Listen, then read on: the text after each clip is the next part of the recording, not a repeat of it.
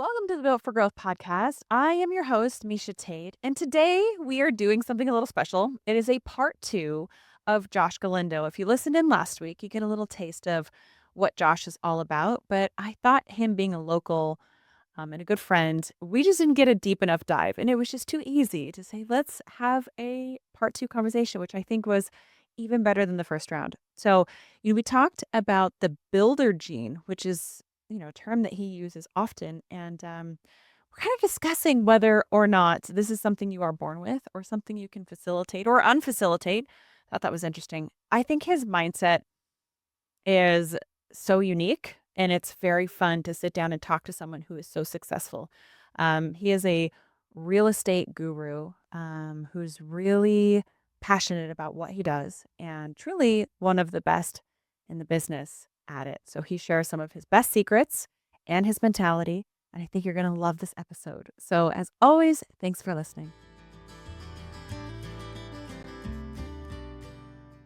All right, well, Josh, this is part 2. We said we were going to do it. That's right. We're making it happen, but we're in Galindo Media studio right now, which is this is amazing. Like, you just toured me around the whole place, and it's freaking awesome. Because like it used to be upstairs. Yeah. Like, I recorded with you guys for a while, and then you guys went through this whole transition. I come back and I'm like, this is gorgeous. So how much of the process have you been very hands-on? Oh yeah. Yeah. First of all, I applaud you and thank you for having the eye to appreciate all of what went into it. This is badass. I love my office. It's so cool. I just took Miesha through my personal office. It's something that I thought was really cool. I'm an absolute car guy. I love cars.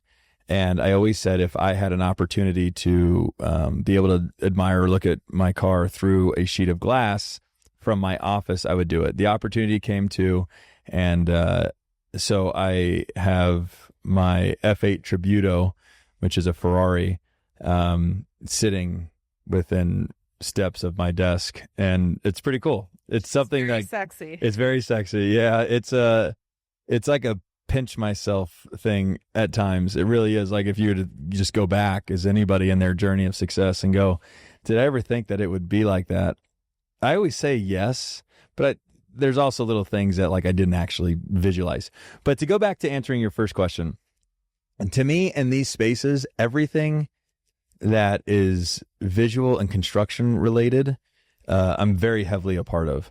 I don't know how this mic works with that thing and the light. I couldn't help with that or in these other things. But like, as far as the space and the green room and the lobby and the orange chairs and the brown chairs, and I'm just a freaking artist.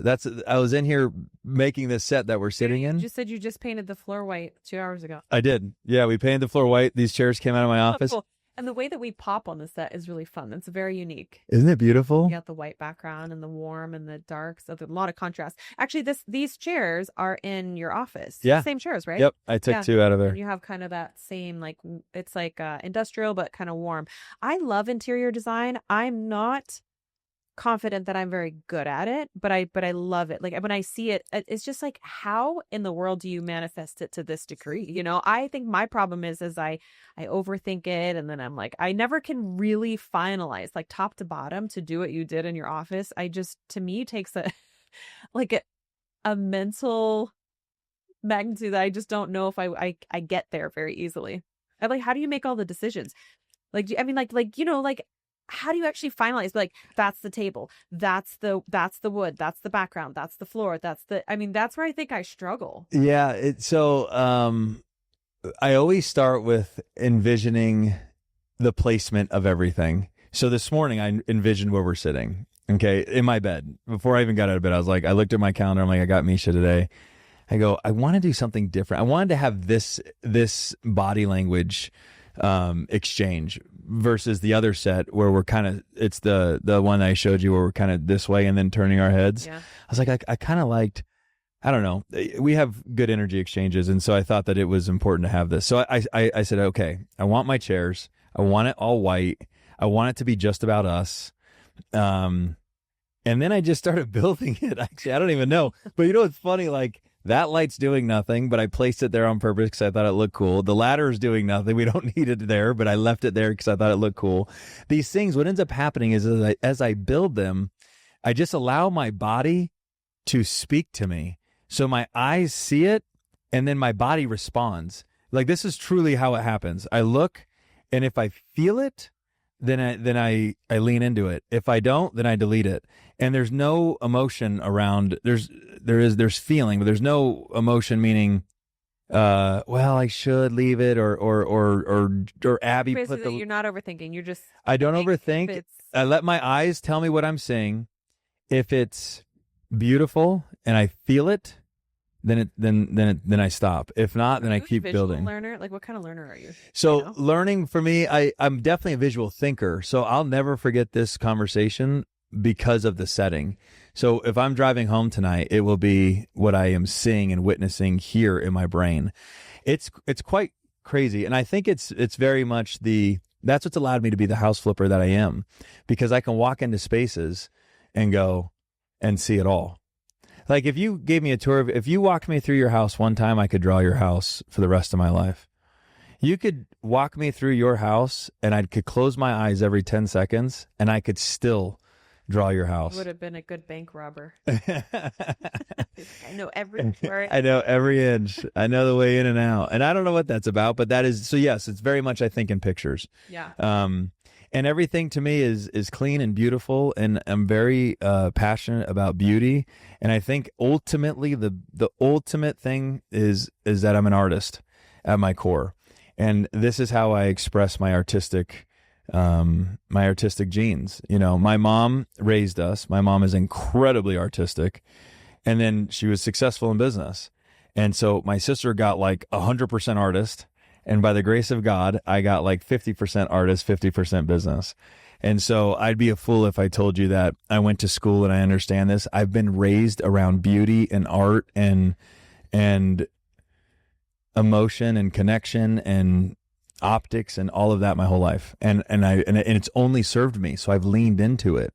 Like you're in this space enjoying it because it's beautiful and it's clean and it feels right and there's something about it. That's a gift that I was able to give you through my creative genius. So instead of a canvas, that's why I wanted, like, as a little artist, I wanted to show you my office. It's like, can I show you it? This is a great piece of art. You know, there's nothing more reward. And then you got to think with my houses, I'm a house flipper here in Las Vegas. There's no bigger reward than if a buyer walks in and goes, I'll give you $500,000 for this. I'll give you $1 million for this. I'll give you $4 million. They're validating my artistic expression, you know? Did you ever express your artistic expression in another way when you were younger? Like, did you draw? Did you paint? Mm-hmm. Were you someone that was? My sister was very into painting. I would draw. I would draw, and I loved to see if I could mimic. Like, if I sat here with a piece of paper, I could draw this whole thing. It'd take me a while to get it right, but when I'm done, you'd be like, "Whoa, I didn't know you could draw like that." And I just don't do it often. But really, it's just about. Like I could see it as I'm, I could literally draw this whole thing. But yeah, so I drew, you know what I did? Because I was an entrepreneur / artist. So at Safe Key, my mom worked a lot, bless her heart, to raise us. And single mom. Yeah. In the title and escrow business. She was just an escrow officer here in Las Vegas and relied on her clients to support her business. And that's why I'm so loyal to my escrow officer, because that was how my mom raised me. But in Safe Key, I would draw scenes, next page, another scene, next page, and then I'd staple like 5 pages together.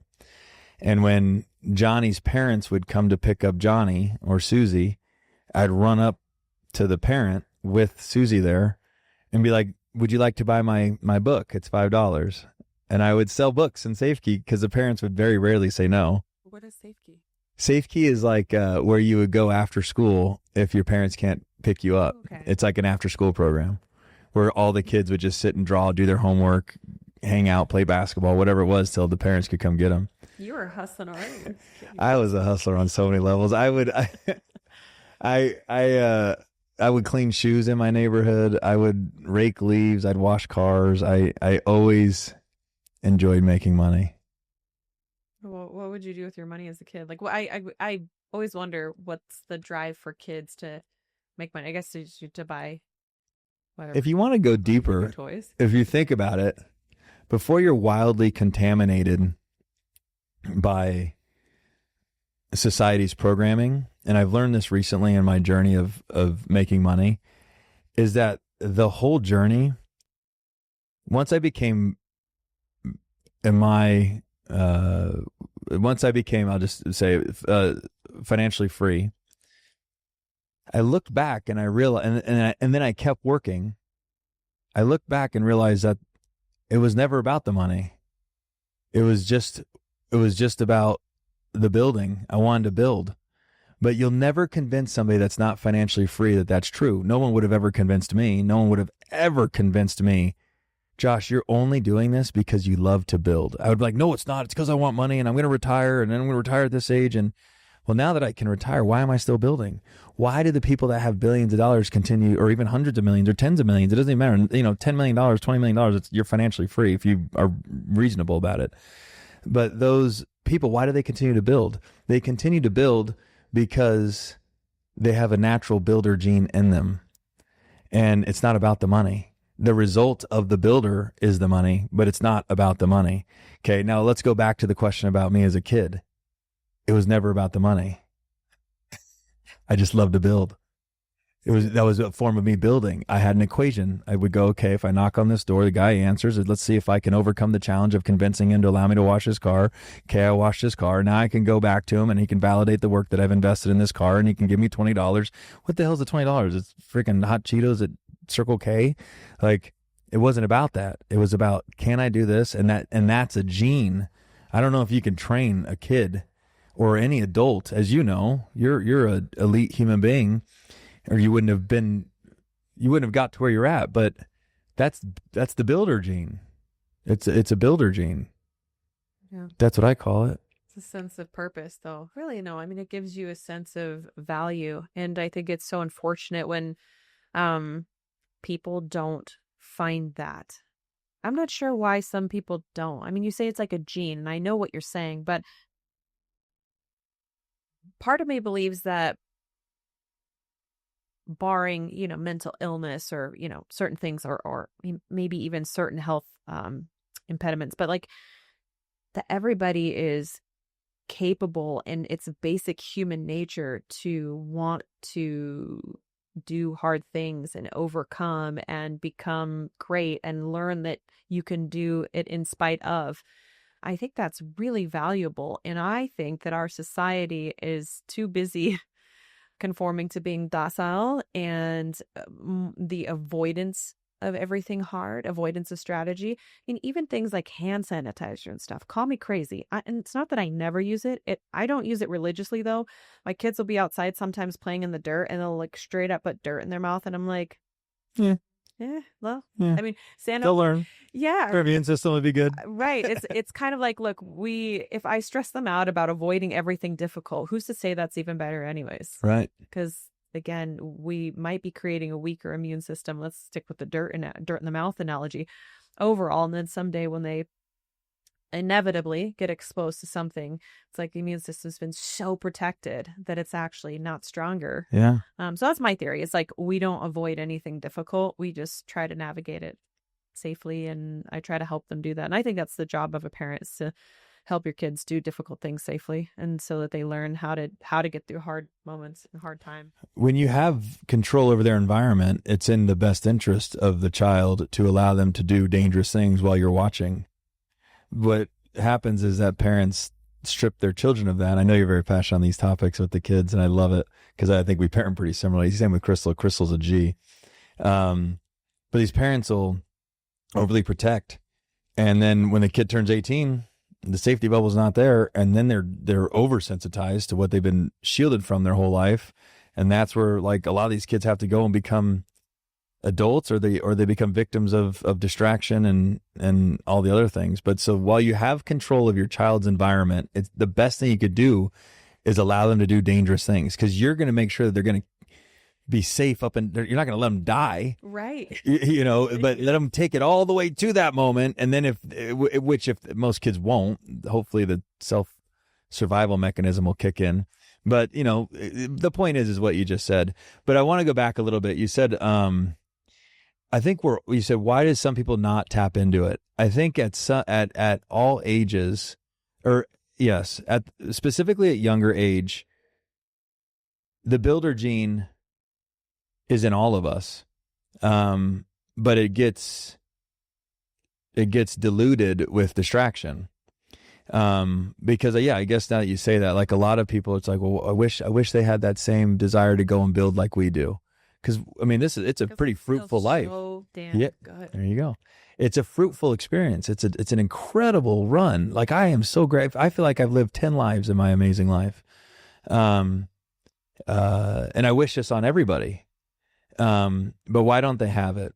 And I think they don't have it because society has drowned out the builder gene with distraction. And which I love all this stuff, but I love it all with a conscious awareness. That's alcohol, that's sex, that's football, that's sports, just called sports, that's social media, that's all of that. And all of that is fantastic if you're conscious of it and you use it reasonably.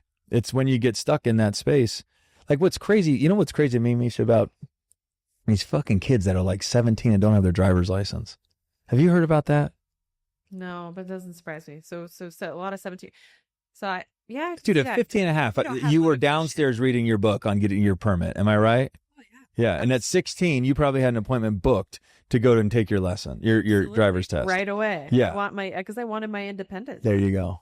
And that's what I think the phone has taken away is that you and I were like, no, I want to go and kick it with Miesha. I don't want to follow her on social.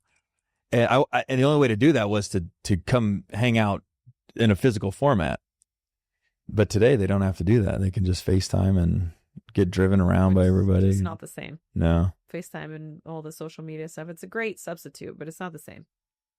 So, okay, let's talk about what we talked about in the last episode. I remember how crazy that was that you just literally got yanked out of your bed as a young teenager and just sent to Mexico.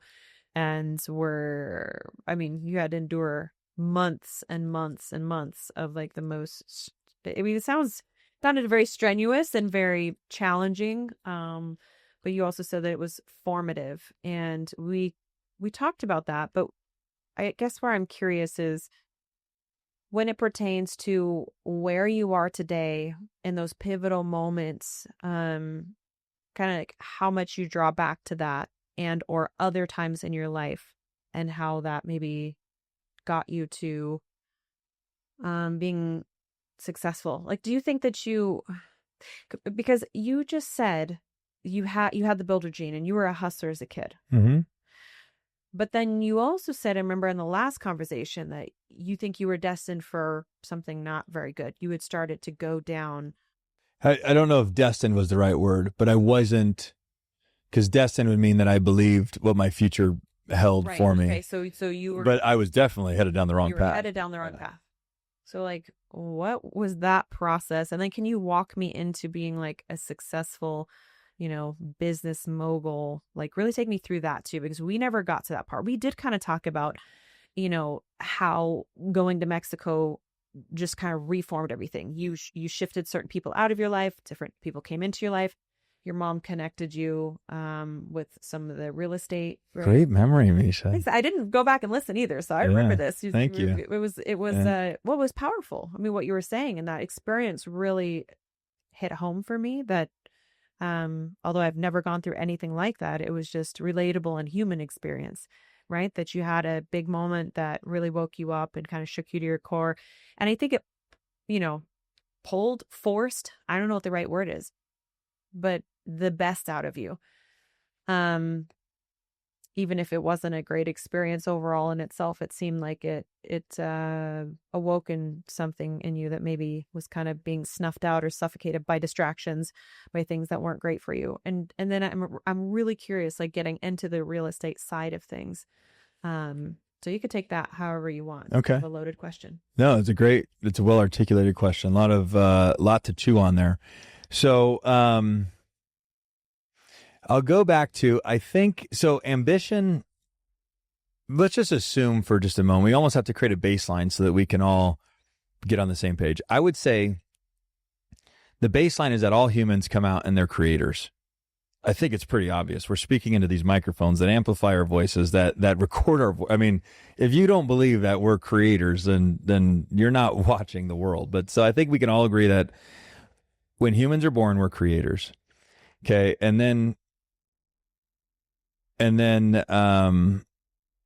where was I going with that? We're creators, and you were talking to me about come on, how I got here is. I just got to get back to where I was at. You're good. I lost it.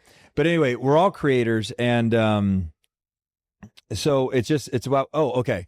So essentially, if you translate creator into ambition, because that's where I think it ends up happening, is that if we all just maintained our creative status, we would all just be wildly ambitious. Like we would all be creators.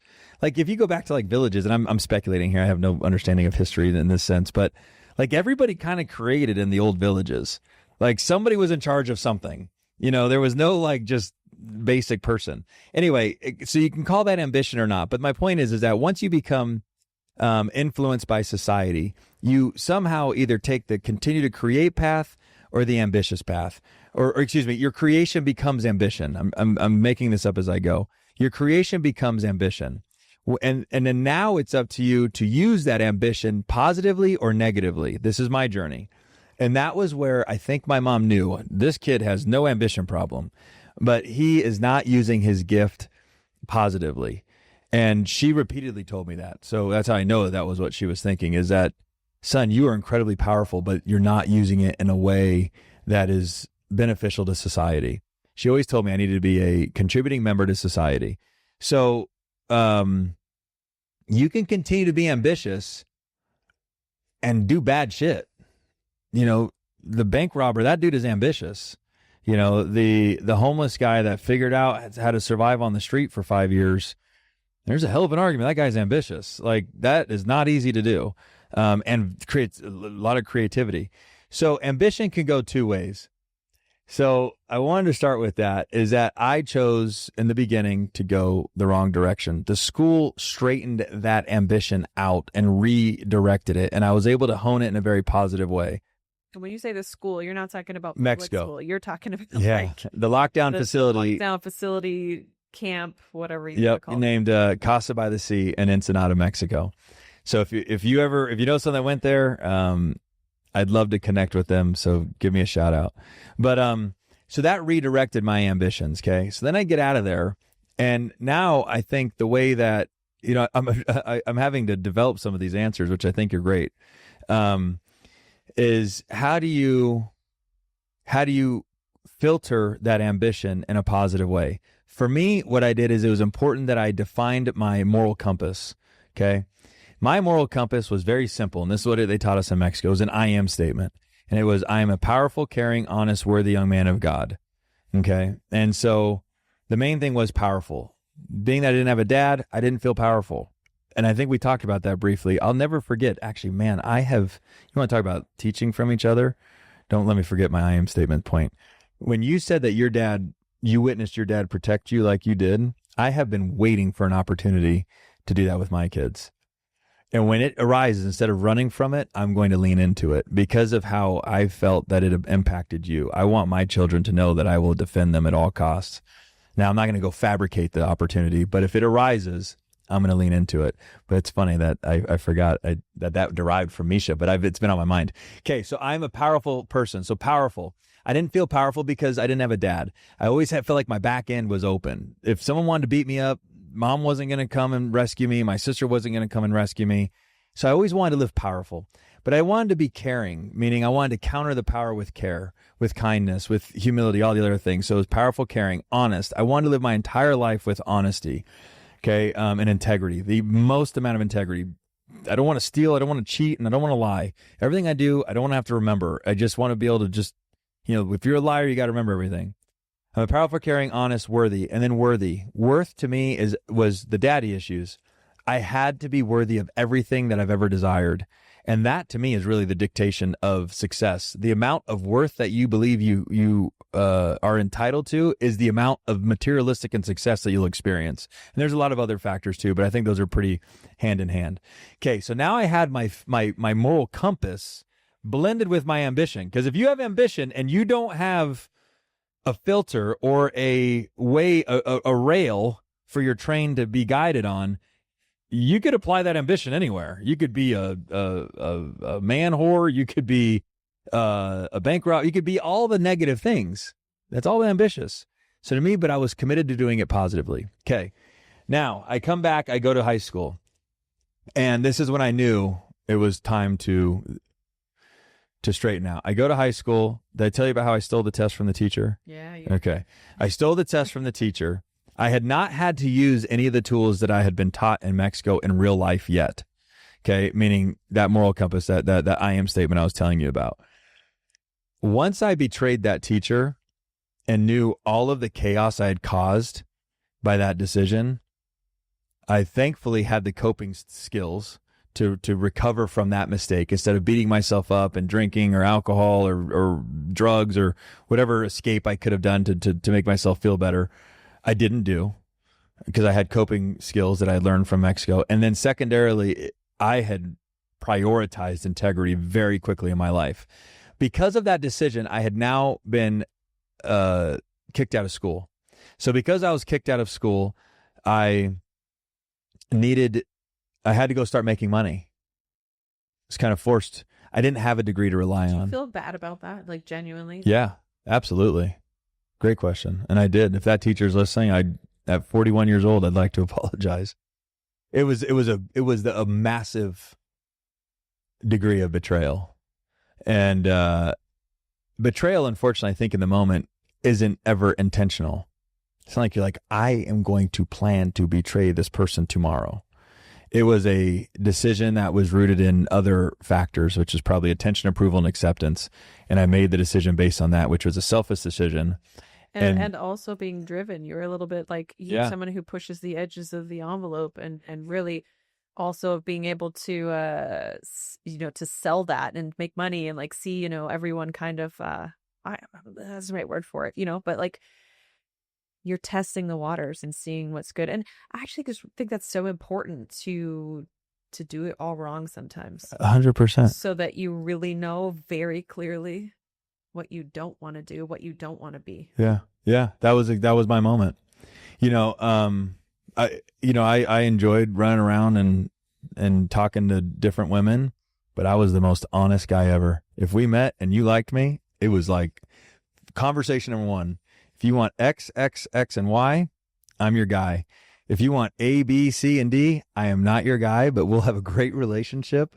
But I didn't like that bullshit where you cheat on girls and you're hurting humans. And I was like, I always told myself I was an honest player. Like that was how far I took the honest thing. And if some girls were like, I'll just be your friend, I was like, great, we'll just be friends. And some girls, chose other things. But the point was I think you could be honest in all aspects of your game. If it's like, if we get into a business deal, listen, I want 70%.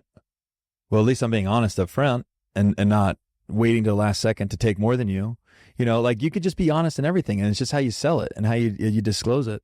Anyway, so to me, when I got kicked out of school, I knew I had to go and create on my own. I didn't have the opportunity to have a job really that was going to bring the kind of lifestyle that I was looking for. And I guess what I'll tell you, and then we'll have to we'll have to re-hone in on the question you asked. What Mexico has taught me, it has taught me to operate in any weather, in good weather, in bad weather, in okay weather, in horrific weather. I can operate in anything. My world could be crumbling and I can still operate.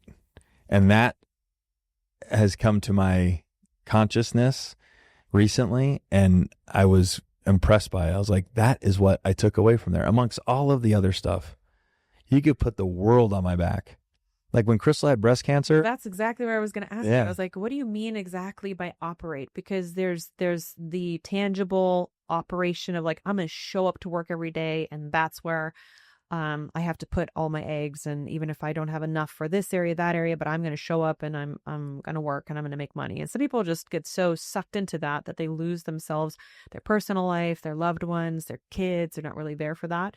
And that could be considered a form of operation. You show up to work every day and that's operating. But I would argue that we're so multifaceted as humans that operating, I think, deserves a broader look at what it actually means to operate as a human. And how do we deliver on the different levels at different times? And that's actually something that I've struggled with as a mom who is a professional athlete. How do I do both? And it's really difficult. And it requires a ton of sacrifice, not just for me, but from my family and my kids. When I'm in a training camp and they're sick, I don't always get to be the person to cuddle them, which just pains my heart. But yeah, but as a mom, sure. That's a sacrifice. But I'm to the point now where I've done things, I've drawn lines in the sand, I've crossed the lines, I've burned bridges, I've made my mistakes, I've been honest, I've been dishonest, and I've really found my truth in that, and found like the comfort, with the security in being honest and being able to tell you exactly what I'm thinking and not being worried about your reaction to it, because I am who I am, and you can either accept my truth or not, but I'm going to give it to you, which I didn't always have that confidence. It took me a long time of developing that, where now I could just say, I don't think there's anything that anybody could really know about me that would just make me be like, oh, I'm shaking in my boots. No, like that's the beauty of being honest. Exactly. It's truly, it's a freeing, I can walk around and be however the fuck I want because I got no skeletons in my closet. And there's nothing that you could know about me or not know about me that is going to make or break me in any way, shape, or form. And it takes the power away from other people to be able to hurt you, or think that they can victimize you in some way. So I guess where I was going with that was just when you said operate, it immediately I thought, okay, that means that he can show up and still do whatever it is that he needs to do his job, but more in a work frame. But only in a work frame is what, well, go ahead, finish it. Yeah, but I'm curious. I would love for you to elaborate when you were saying Crystal got breast cancer, okay? Operate. Operate to me, I think, extends to every aspect of my life. Operate extends to the gym. Operate extends to my wife. Operate extends to my children, to work, to my social life with my guy friends, my social life in the sense of like my guy friends' wives, and being kind to like every human, my staff, my team members, my business owners, partners. Operate is all of that. And to your point that I think is really a great point is that a lot of people believe that operate probably goes to just one facet of their life, which is work. Well, it doesn't. Something that I would mention to you too is, because we learn from each other as we talk, is I would expose your children to, and I think you probably do, or if you don't, then this might be a good tip, to all of that. I think they should see you training and sacrificing, and while it's difficult, you probably want to be there for them and love on them and all that. But the gift of hard work you are giving them is worth every bit as much as that hug in that moment. Like my mom, I was going to make an analogy about you, but I could even speak to myself. My mom going to work when I knew she wanted to stay home with me and make me feel better today is a bigger lesson than my mom being home with me now, or being home with me. But I expose my children to all of it. If they were here right now, I'd have one of them sitting here. When I speak in front of the brokerage, I have them come up to the front. But I expose them to everything. Okay, so now let's go back to operating. So I can operate, and when we'll even go back to Crystal. I'm going to bounce around. Sorry, Miesha. I'm doing my best here. This morning, Crystal and I are both laying in bed. I wake up, she wakes up. First thing, roll over and physical contact. Not the fun stuff, just a hug, a cuddle for 5 seconds. What am I doing there? I'm operating in the form of my marriage. I'm giving it energy. Okay? Hey, I love you. How'd you sleep? The small talk. Good, good. Okay. She's like, I got to get up. Help her get out of the bed because I sleep in like a cocoon with my side of the bed. And so I push her out. And then I get out of bed. She's downstairs. The kids are all downstairs. I go down there and I just start talking shit to all the kids. Like, you guys should have seen me last night on the soccer field. I was telling them, actually. I was like, I did a bicycle kick and all this other stuff, which really I didn't do all that crazy stuff. I scored 1 goal and I was really proud of myself. But I'm like highly investing in all of my kids. I'm like, Beckham, what kind of shoes are that? Those shoes are whack. Or who did your hair? Or who did you pay to iron your shirt? Because you got your money, or wrinkle your shirt because you got your money's worth. I'll always go down there and banter with them. But if you're really intentional and impactful meaning like you're really like bantering them, like, Kinsley, did you brush your teeth this morning? And this is how vulgar I am with my kids. I'm like, because your mouth smells like ass. You know what your mouth smells like? It smells like legendary 8 dog shit. Pooped it out, and Grady ate it and pooped it out, and that's what it smells like. Like, I'll get that vulgar. But the point is I want my kids to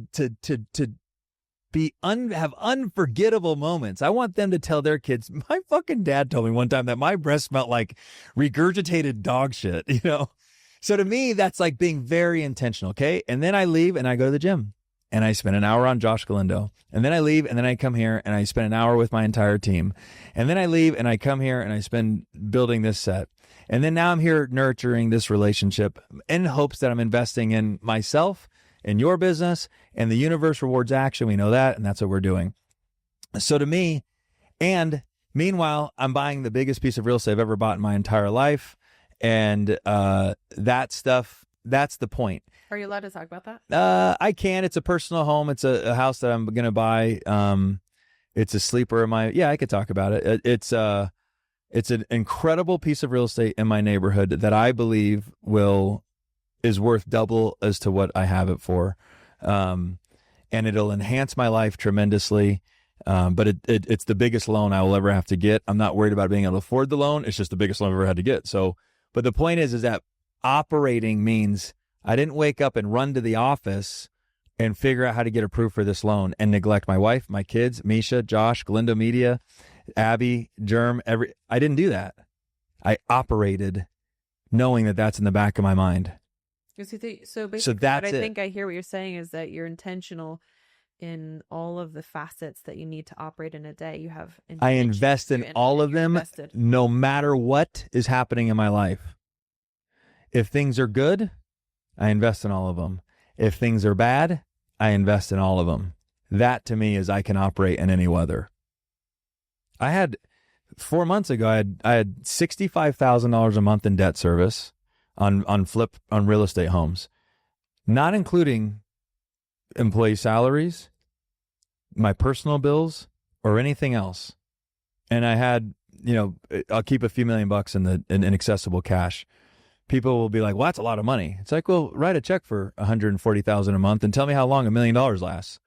Not very long. Okay. And this company was out of money because we had just spent it all here building this beautiful space. Galindo Group Real Estate was getting its balls kicked in because the market was pretty soft in October, November. I was feeding that company. I was stroking a check for $65,000 a month. I had, not one of my renovations was in escrow. So I didn't even see the tunnel. I didn't even see the light in the end of the tunnel. And I came to work every single day and I operated. I said, I can do this. I'll figure it out. And there's a lot of mindset stuff there. And one of the big ones that I go to is, nothing lasts forever. This will pass. And then I immediately shrink my consciousness down to like 10-day blocks, because your imagination intended to protect and save you is what will scare the shit out of you. If you go to day 20, day 30, day 40, day 50, day 60, and apply what you're experiencing in that moment to day 60, of course that's so debilitating. It could paralyze you. Of course. Could you imagine 60 days of this pain? No. So I know, shrink down to 10 days. Am I healthy and safe for 10 days? Yes. And on day 11, do it again. Am I healthy? Yes. And then by day 12, day 17, day 32, whatever it is, something changes. You sell one house, all of a sudden cash flow changes. And then every single dollar, every house I had, I've sold. I made the most amount of money on 2 homes I've ever made in my entire career. I have a whole new batch of homes. I'm going to be on a local HGTV reality TV show coming up here shortly. The brokerage is crushing it. G Media is on fire. And to my point, things change. And so, but I didn't buckle. And you could have thrown more on me, Miesha, and I wouldn't have fucking buckled. Like, I'm so passionate about, like, I can't be fucking broken. The only thing that I think that would happen is something happen to my wife or my kids.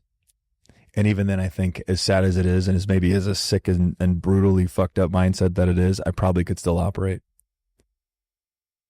It's powerful. It's a sickness. No, it's not. I mean, it is a skill set. That's what I would say it is. It's a skill set. It's a compliment. It is. It's a skill set. And I think that in a way, it makes you bulletproof. That's what I think. It's very empowering knowing this about myself, because I always say I have the ability to make money and my wife has the ability to count it, because she was our accounting department up until 2 years ago. So she's really good, but I don't force her to do that anymore, but she likes to stay a part of it. But anyway, what does that create? It creates a very strong environment to be able to operate and not get hurt. I hate to say bulletproof, but I'll let you say that for me. Thank you. When you flip these houses, I'm curious about that. Is a total trajectory change, but I think it'll spin right into the rest of this. But when you're saying flip them, and you say, someone walks in and is like, this is worth this much. Here's a check. Cool. Like, that's great. That's rewarding. But like, what is the process of flipping the house actually like? That might seem like a little bit of a boring transition, but I don't think that it is, because you're taking a house and you're finding something. Are you looking for someone who's undervaluing something, or that it's like, what is that process, I guess? So first of all, it's very rare that I find somebody that releases their number one asset undervalued. Okay. Like, it's very rare that I'm going to walk out there and offer you 50% of your mom car that we just both laughed about outside, your beautiful mom car. You would never take it. So those opportunities are rare. And I don't even like to really come from that space, because to me, that's almost like my whole business is built on ripping people off. And it's not. My business is built on paying you exactly what your property is worth today. And then making it worth more. That's the difference. And I think it's important to communicate that to the world, there's wholesalers out there that their only job is to rob grandma. They wake up every morning and they hope and pray that they run across grandma and can rip her of her asset and sell it to a guy like me. And that means that, like, I buy a house built in 2015 that's like, needs carpet and paint, and they got it for 50% off because some kid inherited it that has no clue what he has, and they were able to sneak in there and capitalize on that first. That to me is a rip, and is not necessarily a space of integrity. So I'm not a wholesaler. I don't want to deal with that stuff. I am a house renovator, aka house flipper. But I pay market for product. My improvements, my time, energy, and effort is what makes them worth more. So it's okay. So just to speak to the career choice, or the game, I say it's actually probably pretty funny as you. I think I picked the hardest way to make money. I bet you looked at yourself like, there's probably a lot of easier ways not easier, but yeah, no, there's probably a lot of easier ways to make money than being punched. There's a lot of easier ways to make money than going through the painful process of flipping a house. Well, is it painful? Talk about it. It's very painful. The stress, the ability to absorb stress is directly linked to your ability to be successful in the house flipping space. What you have to think about is, I'm going into these houses and I'm literally taking every single thing out. I'm taking every single thing out. Meaning, I'm taking out the cabinets, I'm taking out the countertops, the sink, the faucet, the angle stops, the flooring, the baseboard, the doorknobs, the door casing, the carpet, the tile, the light fixtures, the light bulbs, etc., etc., etc. And then I have to go and source all of that material and put it back into the house. I have to do it in a way that is complementary to today's living standards, meaning open floor plans, and sometimes not too open floor plans. Open floor plans had their moment, just for the record, and they became too open. And then people started to come back the other direction and go, can you put a wall right here? It just feels like a big box in here. Okay, so when I say like current trends, they move. Design friendly, meaning picking out the proper stuff and then doing it all within a restricted budget, and then doing all of that within a restricted time frame. And then here's the main thing is for me to buy a house, I have to buy a house and I have 90 days to get in and out of it.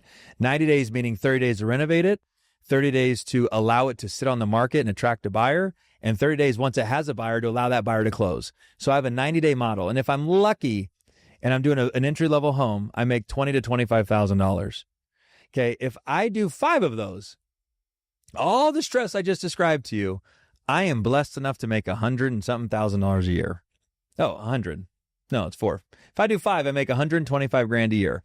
And then I got to pay taxes on it. I might as well go down to the Mirage and get a job washing dishes or being a caterer, busser, or whatever, because it's less stress, benefits, and I get access to the EDR. Okay, you get my point. So what am I getting at here? I have to do 50 to make any real money. My best years were 123, 118, and 111. You want to talk about someone that has the ability to absorb pressure and stress? That was me in those times. But those were my formative years. Those were the years that put me in a position to be the success that I feel that I am today. But you have to flip homes in volume.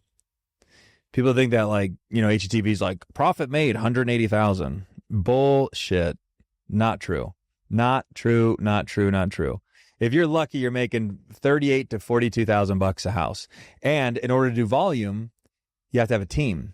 Like I can't, now that I have a family and other businesses, I can't do 100 homes on my own anymore. I have to have a big team. Well, so if you have a big team, you have payroll. If you have payroll, now you have profit sharing. So now you got to do like 65 homes a year. And then my entire life savings is on the line while that's happening. Now, it's all calculated risk. I'm not out there being a dummy. I know what I'm doing. But yeah, the stress is astronomical. Do you remember what it was like to flip your first house? Yeah. And it was equally stressful because it wasn't my money. When it's other people's money, I'm twice as critical of the product, of the timing, of the budget, of everything. Because if Josh Galindo loses money, I get to take that cute little lesson and fold it and put it in my back pocket and nobody needs to know about it.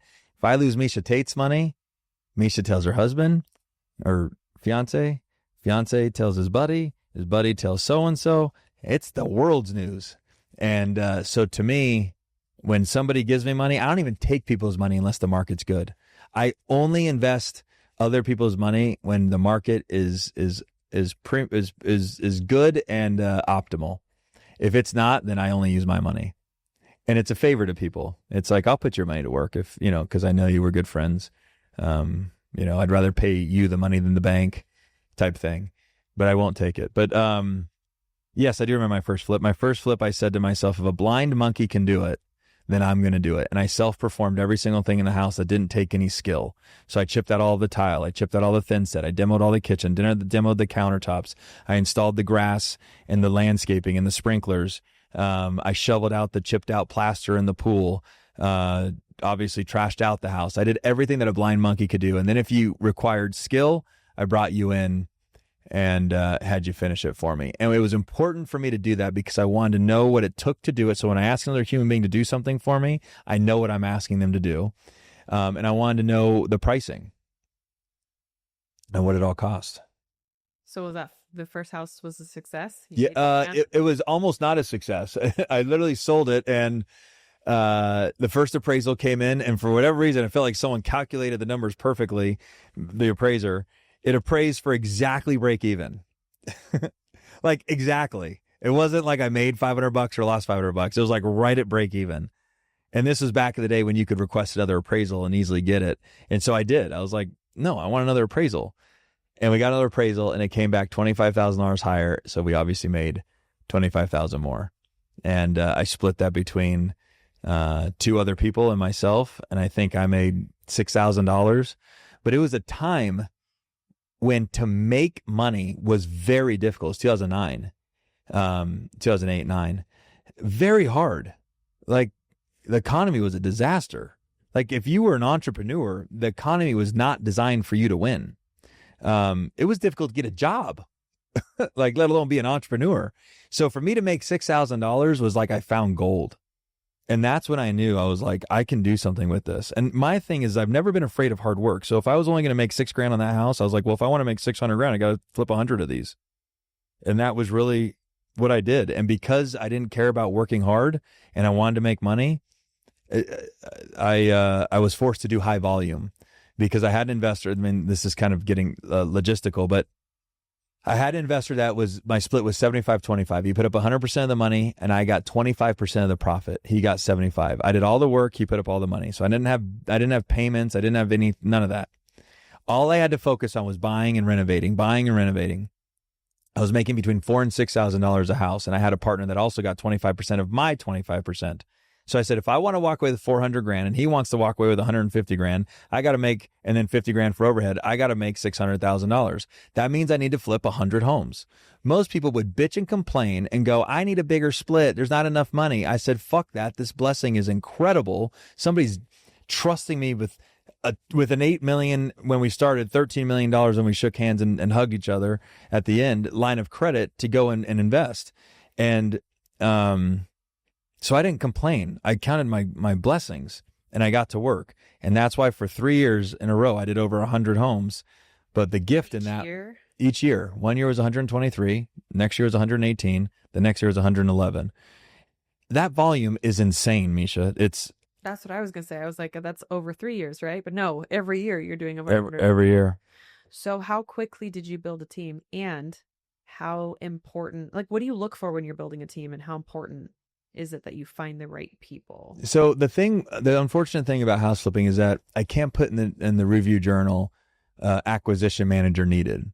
I can't put in there project manager needed. I can't put it, and then, people don't go to school for this. So I have to train every single person that comes into my ecosystem. So for me, like, some people will be like, I just need an accountant. I don't care if she's got a good personality or bad personality, because she's going to be in the office doing accounting stuff. Well, for me, I have to be able to teach you. So you have to be coachable. You have to be humble. You have to want to learn, and you have to be reasonably ambitious. If you're excessively ambitious, then you're going to immediately steal all of my intellectual property and go be my competition. So it's important that you find an in-between. Now, how do I know all this stuff? Because I've hired it all. And now I know what to go and look for. And it's a person that believes that is ambitious, but isn't ruthlessly ambitious. And I've become a better leader too. So it's a blend of me being a good leader, but the main thing is that you got to be coachable and you got to be willing to sacrifice all to succeed. Like these guys that don't have kids, as you know, they don't have a clue how much time they have. Not a clue. I remember when I didn't have kids. You thought you're always busy. Yeah. I was like, oh my gosh, if I could go back and use the time then the way that I use the time now, I'd be so much further ahead. Yeah. That's what I tell these guys. And this guy I got now understands the concept. He's like, no, I'm going to work my ass off now so that when I have kids, I can invest in my kids and enjoy that time. And that's really what I did. This is a real story, Miesha. I worked so hard and so much before kids. Crystal questioned if she was in the right marriage. She said, if I can't have Sundays from 6 a.m. to 12 with you, I don't know if I'm in the right marriage. And I stopped and I gave her 6 a.m. to 12. And then as soon as 12 hit, I went back out and continued to work. Like, that is the degree of work that I had. There was a time, Miesha, I was just going through some pictures last night, memory lane. I had 52 houses at one time. At one time. Could you imagine? Most people don't even know how to manage 52 rentals that don't even require much. I had 52 renovations. I was buying so many houses, I forgot I bought a house. I remember there was one house I forgot I bought. I don't know, I was at dinner. It was like 3 weeks in it after I bought it. And I was like, oh my God, I forgot we bought this house. Guys, we have to go, fuck it. I forgot we bought it. We have to get to this house. Oh my, does it be check? I forgot I bought a piece of real estate. You're still on a 90-day. Are you on a 90-day restraint for all of them? Like, why? The model is 90 days because what's important is that you have to be able to turn the money 3.5 times. So the business model with hard money, I'm going to give you a really easy model here. 300 grand. I put down 10%. That's $30,000. I have to put up $30,000 in construction. Okay. I'm into this property for $60,000. You with me? Okay. And call it in miscellaneous shit. Just it's $60,000 between the down payment and everything else. Okay. I sell that house, I make $30,000. That's 50% on my 60,000. If I can do that 3.5 times a year, once a quarter, perfect world, you do it 4 times, but it's tough to turn the money 4 times. But if you could do that 3.5 times a year, that's 30, 60, 90. It's $90,000 on the same $60,000. So it's over 100% on my money. But that's not true if you have a true understanding of finance. Technically, it's not 150% of my money because I am also working. There's a labor component that I have to factor in, and then the rest is on the money. But anyway, I make over 100%. So you're talking about what you're paying yourself or like cost of living. I mean, you have to take some out of. Yeah, well, it's all mine. Yeah. But in our minds, people will be like, "Oh, I make 100% of my money." I'm like, "Well, do you work in the business?" Yeah, I do. Okay, so you make 50. So how much is 100%? They're like, "Oh, it's 200 grand a year." Just easy numbers. Okay, but you said you work every day, right? You're like, yes. Okay, so if you were to replace you with an employee that costs 100 grand, you'd only make 100 grand a year on your money. So you have to factor in the labor component that we invest into our businesses. And that is how you can, if you're speaking to someone that's like you plus you math. Exactly. Yeah. Yeah. It's interesting. Yeah. Okay. Yeah. Like, of course I work no matter what, but it's important. Like if I were to question you, if you're like, oh, I have this great investment, it's MieshaTate.com and I make 300 grand a year and I put up 50 grand, I made 50 grand. That's 100% of my money. I'm like, well, how much time, energy, and effort do you invest in it? You're like, oh my God, 60 hours a week. I'm like, so then there's a portion of your return on investment that needs to go towards paying Miesha. So technically it's not a great investment, Miesha. People be like, oh, it's not. It's like, no, because it's a job that you bought. Yes. You see that? Yes, I get that. Okay. So these are just financial tools that I know in my mind. Like I could go down a whole road of financial literacy that I think is so important for people to understand, that I love to speak about too. Like I love speaking in depth like we have in the first half of this. I could speak. Well, tell me some concepts. What do you think people should know about business? What is something First, conceptual? so never convert short-term debt to long-term debt. So many people will be like, oh, why don't you just roll your credit card debt into your mortgage? Well, what you did is you alleviated the pain. It's just like a hangover. Hangover is great for us. The greatest gift of alcohol is the hangover. Could you imagine if we didn't get hungover? We just get fucked up all the time. If I didn't have the hangover, huh? And then we would die. The blessing is the hangover. Like, okay, I'm going to take a break before I do that again. Okay. The pain of a credit card and their interest rate is the blessing. It's saying, use this with responsibility. Use this with care. And forethought. If it was 0% interest, what would we do? We'd rack it all the way up and everybody be in bankruptcy all the time. So oftentimes, so many people relieve the pain with the wrong medication. So they go, I'm going to sell my house. That one drives me nuts. It's like, wait, you just sold the greatest asset you have to pay off credit card debt? Like, are you that weak of a human being? Don't be weak. Embrace the pain. Confront the pain. Figure out how to reduce all of your other bills and put a bigger dent in the credit card debt. Get an extra job. That's called facing the pain and then pushing through it and preserving your number one asset. Instead, people are like, I just sold my house so I could pay off my car. It's like, no, why'd you do that? Okay, the other thing is people run from debt. They think that if they pay everything off and they reduce their debt service, that it will bring more joy and less pain. But the reality is you could only save yourself. You can't save yourself to wealth. The only way to wealth is to make more money. So, and the other thing is that once you pay off that car continues to depreciate, whether you have a loan on it or not.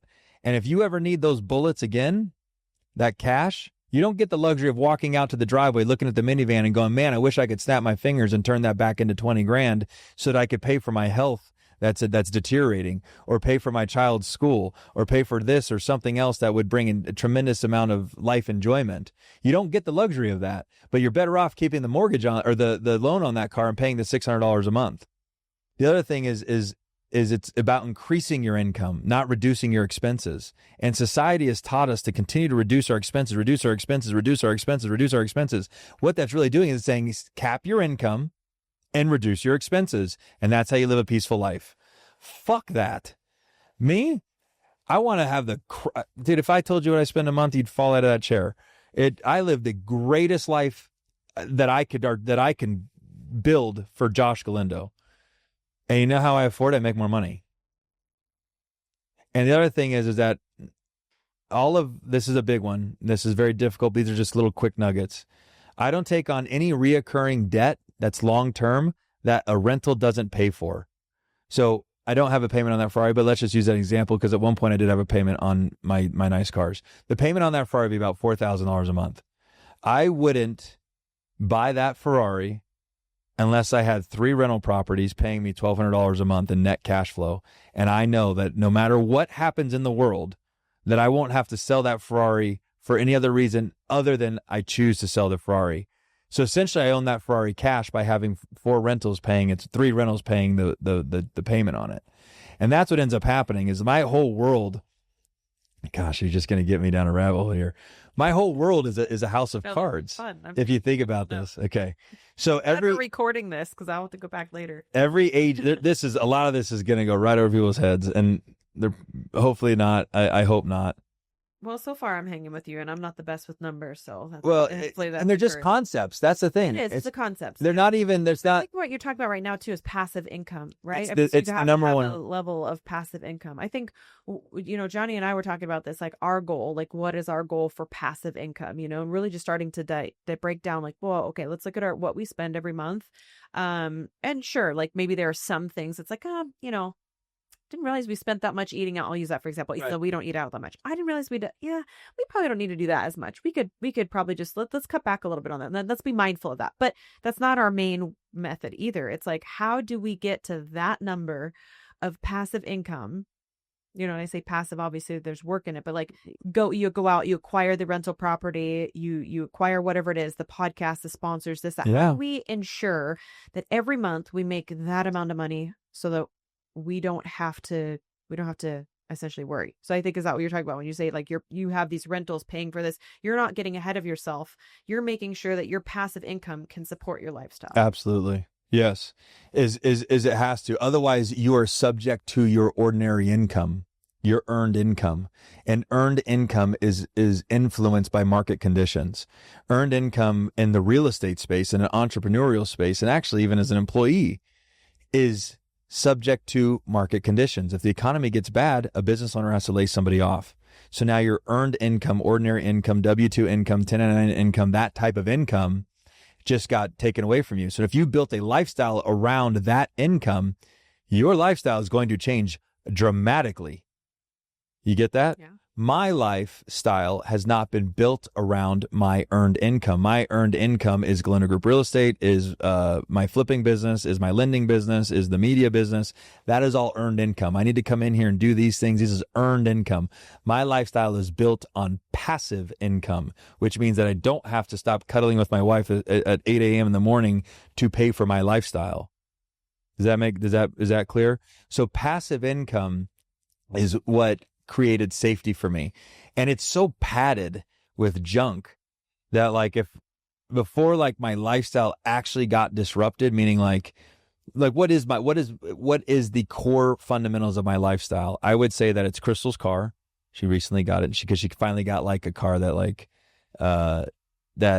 is beautiful and awesome. What'd she get? The new Escalade IQ. Okay. And it's just, and I dialed it. I put like 26-inch Lexanis on it and painted the calibers pink and matte blacked it.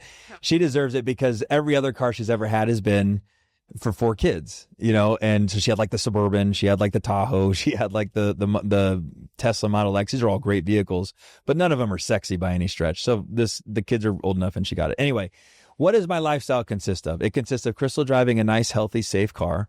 Okay. My house that I have, that's very important to my lifestyle. And then probably 2 cars for me. So my Range Rover and a sports car, a date night car.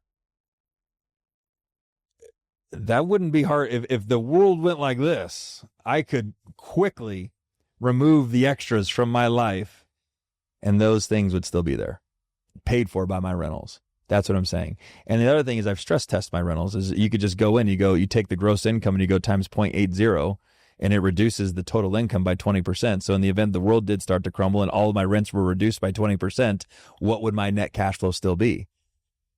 And I look at it and I'm like, yep, I can still pay all my bills.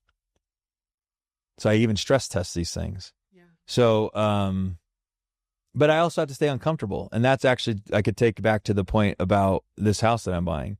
I'm incredibly comfortable. I'm always doing things that keep myself challenged, but I'm not uncomfortable. This next house is an uncomfortable move for me.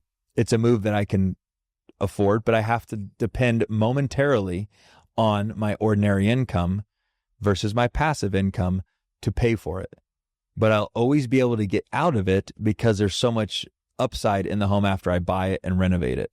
So if I ever had to adjust, I can get out. But the upside is so great that once I close on it, I'll be able to put a line of credit on it, which gives me access to the equity. And then for the next 2 years, I will focus on taking that equity and earning a return greater than the cost of the money to offset the new debt service that I have on that home. And then I'll restabilize and be back to being financially free. And here's the craziest thing is when I own this piece of real estate, I think something psychological is going to happen to me. I think I'm going to feel like I finally made it. I've never felt that way with anything. I knew this house that I'm in now wasn't my final house. I know that my Lamborghini wasn't my final car. But this house, to me, I think I'll be like... So you're moving to this place? Like this? Yeah, I'm going to live in it. Yeah. That's awesome. I can't wait. I'll invite you and your whole family over. Yeah. It's such a special piece of real estate, Miesha. The views are a 20. Like breathtaking. You think you get slapped in the face when you walk up to the front. You're like, oh my God, this is spectacular. And it's all meant for family. It's all family. The yard is gigantic. It sits on the golf course. It has a strip view. You overlook the lake. And I'm so proud of it. And I'm speaking it into existence is really what I'm doing. And if people around me understand me, they know that that's what I'm doing.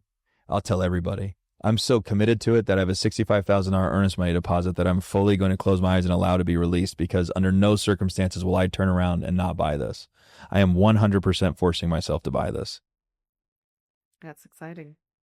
So this is probably the forever home. It will be forever or certainly the next 10 years of, because there's chapters to our kids' journeys, like when Beckham was 3, I didn't need much house. Well, now I got a 12-year-old, 10-year-old, 8-year-old, 6-year-old. And what ends up happening is my 12-year-old, he comes over and they all hit puberty at different times. Like Beckham hasn't quite hit it. So he's as tall as that ladder. And then his 11-year-old friend is like, they become men in my home. So if he brings 4 kids over, there's 4 men in my house, and then that'll begin to only get worse as my girls get bigger and then there's cars and, so yeah, and they're all going to be 18, 19 and out on their own. You're going to be empty nesters. You're like, we don't need all this space. And then you don't need all this house. And then we gift it to the next family that'll make memories with it. 100%. Yeah. I mean, I could talk about all this, that stuff, but the main thing that I think we touched on there to summarize is, first of all, it's not as hard as people think to become financially free. Most people can live a pretty good life on $100,000 a year, $150,000 a year, if you're modest. And the thing is people forget that if you had $100,000 a year in passive cash flow, you're not going to sit on the couch 365 days a year. You're not going to go shopping. You can't, you're going to have to do, even if you're like helping out at Home Depot, or you're like the greeter at Walmart. Like, you got to go do something, right? And that something probably represents 40 worst case scenario if you like really pick a bad job, or like 60,000, 70,000 where your life starts to become more pleasant. So call it 50, 60, 70,000 bucks. Now you're at 170, 180,000. If you have a significant other, you're doing just fine. So the point is that financial freedom is getting to do what you want to do and having your life be paid for. So, like you just mentioned, sponsors with the podcast, your brand. These are all things that you, and my hope is that you enjoy. And if they can pay for you to live, then you are financially free. Because financially free does not mean sitting on the couch. That's where people get stuck. Like, I got to have enough money to be able to sit on the couch. It's like, no, motherfucker, you need enough money to be able to go to work and do what you want to do and have this money coming in. And between the two of them, it creates financial freedom for you. That is financial freedom. So many people wait to be financially free when they don't have to be, or they don't have to wait that long. I love it. Okay. It's wonderful. Sorry. No, it's so good. I mean, those were all my questions. We were talking about, my expedition. I got that for Christmas. We'll wrap up here in a minute, but got that for Christmas, and I had my Forerunner, right? And instead of selling it, Johnny's like, let's put him on Turo. Yeah. To rent it, right? So instead of that short-sighted, like, we're gonna get, this little lump sum of money, and that's great, but like, let's keep them and have them continue to make money for us. Yeah. And then sell them. So anyways, that's we're adapting more and more of those concepts. And we have a few rentals. We dabble a little bit here and there, but he's got never sell them. I don't like to sell properties if I can help it. Okay, good. I don't know if it's just like once I have it, I feel the need to keep it, or if it's more, which I think it's this, is that I see potential, and I'm like, yeah, but it's worth more over time than it is lump sum now. So once you understand the inflation game too, think about this. Let's just play fun math. I have no clue. My hope is you have $100 million in rentals. We don't know. Let's just call it $1 million. For sure, real estate generally goes up 3 to 5% a year, every single year. So 5 times 10 years, 50%, 20 years, 100%. So they'll double. Las Vegas has been historically, over the last 10 years, was like 11% a year. It was crazy. So it's doubled every 10 years.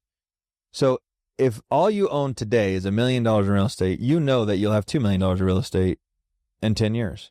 And in 10 years, you're going to look just like you look. And you're probably going to be able to do just about what you could do now. And same here. That's what people don't think about, is they think, oh man, in 20 years. Now in 10 years. Huh? Maybe a couple injections or some cosmetic surgeries. But yeah, hopefully. But think about that, Miesha. Like you 10 years ago, I bet you looked very similar. And for me, I'm like, I look at pictures of me 10 years ago. I might have a little extra fat on my body, but like, I played indoor soccer last night like a wild animal. I work out every day. And in 10 more years, I'll be 50. Like, I'll be you know what I'm saying? Anyway, the point is that if you understand inflation, you could either have $1 million sitting in the bank, and if inflation averages between 2 and 3% a year, that means that you have 2 to 3% less buying power on that money in the bank, meaning that it's depreciating. Your cash is depreciating 2 to 3%. That's an interesting way to look at that. If you have an asset, assets go up with inflation. That's why inflation's healthy. You don't want zero inflation.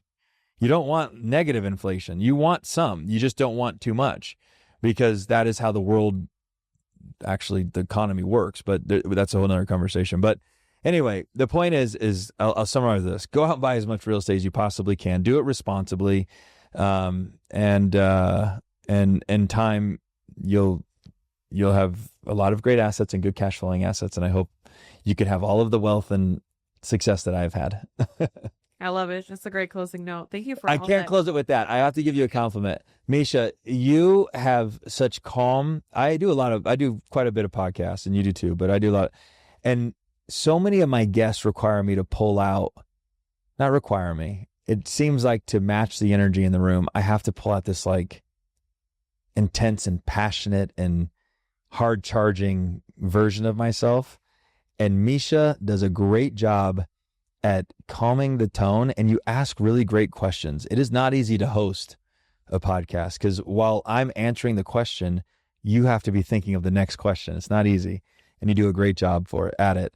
And it's a very comfortable exchange of conversation. So I just thought that's how we should end this podcast. So thank I you. will take that. I will accept that. I'm Yes, working accept on it. accepting compliments. Yep. Don't counter me, and don't add to it. Just accept. Thank you. I appreciate that very much. And you're also pleasant to talk to. I want to get you and Johnny together. I know you and I sat down at lunch for Grape Street. I don't know how.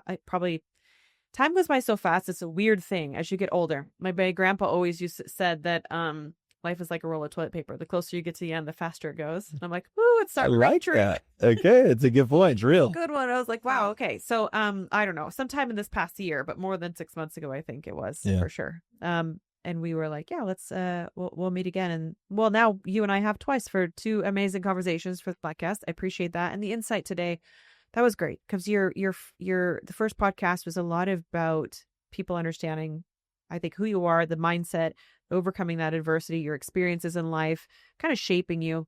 This one, you offer a lot of testimony, a lot about just your life and growth and insight, and maybe giving some people, sparking some passion in some people, maybe lighting a fire. I hope that they listen to this podcast and that they get started on something, whatever it is. Reduce the distractions. Yeah, just get started on something. And real estate's a great idea, by the way.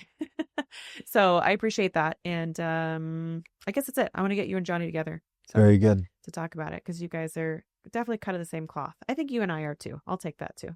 It's a beautiful thing. Thanks, Miesha. All right. Take care. Okay. You too.